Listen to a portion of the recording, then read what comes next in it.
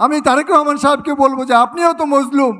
আপনার মা বলেছিলেন যে আমরা ক্ষমতায় আসলে এই সংবিধান ছুঁড়ে ফেলে দিব। আমার একমাত্র ছেলে ফারহান ফায়াজ 18 জুলাই ধানমন্ডি 27 নম্বরে সে স্বৈরাচার বিরোধী গণ আন্দোলনে বিপ্লবে তার জীবন প্রদীপ স্বৈরাচারের দোসররা কেড়ে নেয়।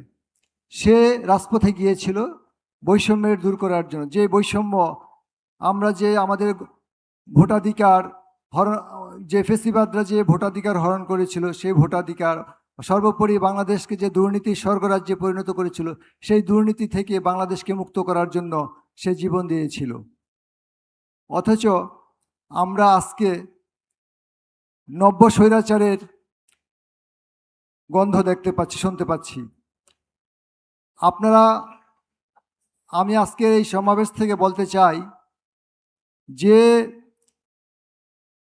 জাতীয় ঐকমত্য কমিশন প্রায় 6 মাস ধরে যে সংবিধান সংস্কার করে রিপোর্ট জমা দিয়েছিলেন, সেই সংবিধান গণভোটের মাধ্যমে পাশ হলো। অথচ সেই সংবিধান আপনারা সংস্কার করার নামে ধীরে ধীরে করবেন বলে ইফ দাড়িকমা, আমার পূর্ববর্তী বক্তা বলে গিয়েছেন যে কোনো রকমের ইফ দাড়িকমা বাদ দিয়েই সেই সংস্কার প্রক্রিয়া সম্পন্ন করতে হবে।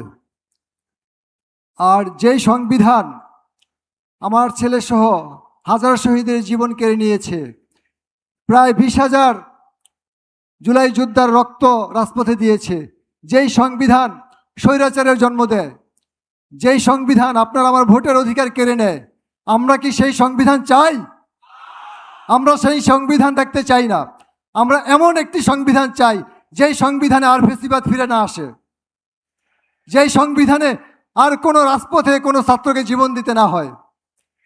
আমরা সামনে কিন্তু আমাদের বাংলাদেশে এক দুর্যোগ অনুভব করতেছি। আমরা লক্ষ্য করতে চাচ্ছি যে কিভাবে এখনও সেই ফেসিবাদী কায়দায় শুরু হয়ে গিয়েছে বিভিন্ন শিক্ষা প্রতিষ্ঠানে, যার পরিণতি কিন্তু ভালো নয়। আমরা শঙ্কা করতেছি যে আর না কারো মায়ের বুক খালি হয়। আমরা আমাদের সন্তানকে হারিয়েছি, আমাদের কষ্ট সারা জীবনের। তাই আমি বলবো এই কষ্ট যেন আর কোনো মাকে পেতে না হয়, আর কোনো বাবাকে পেতে না হয়।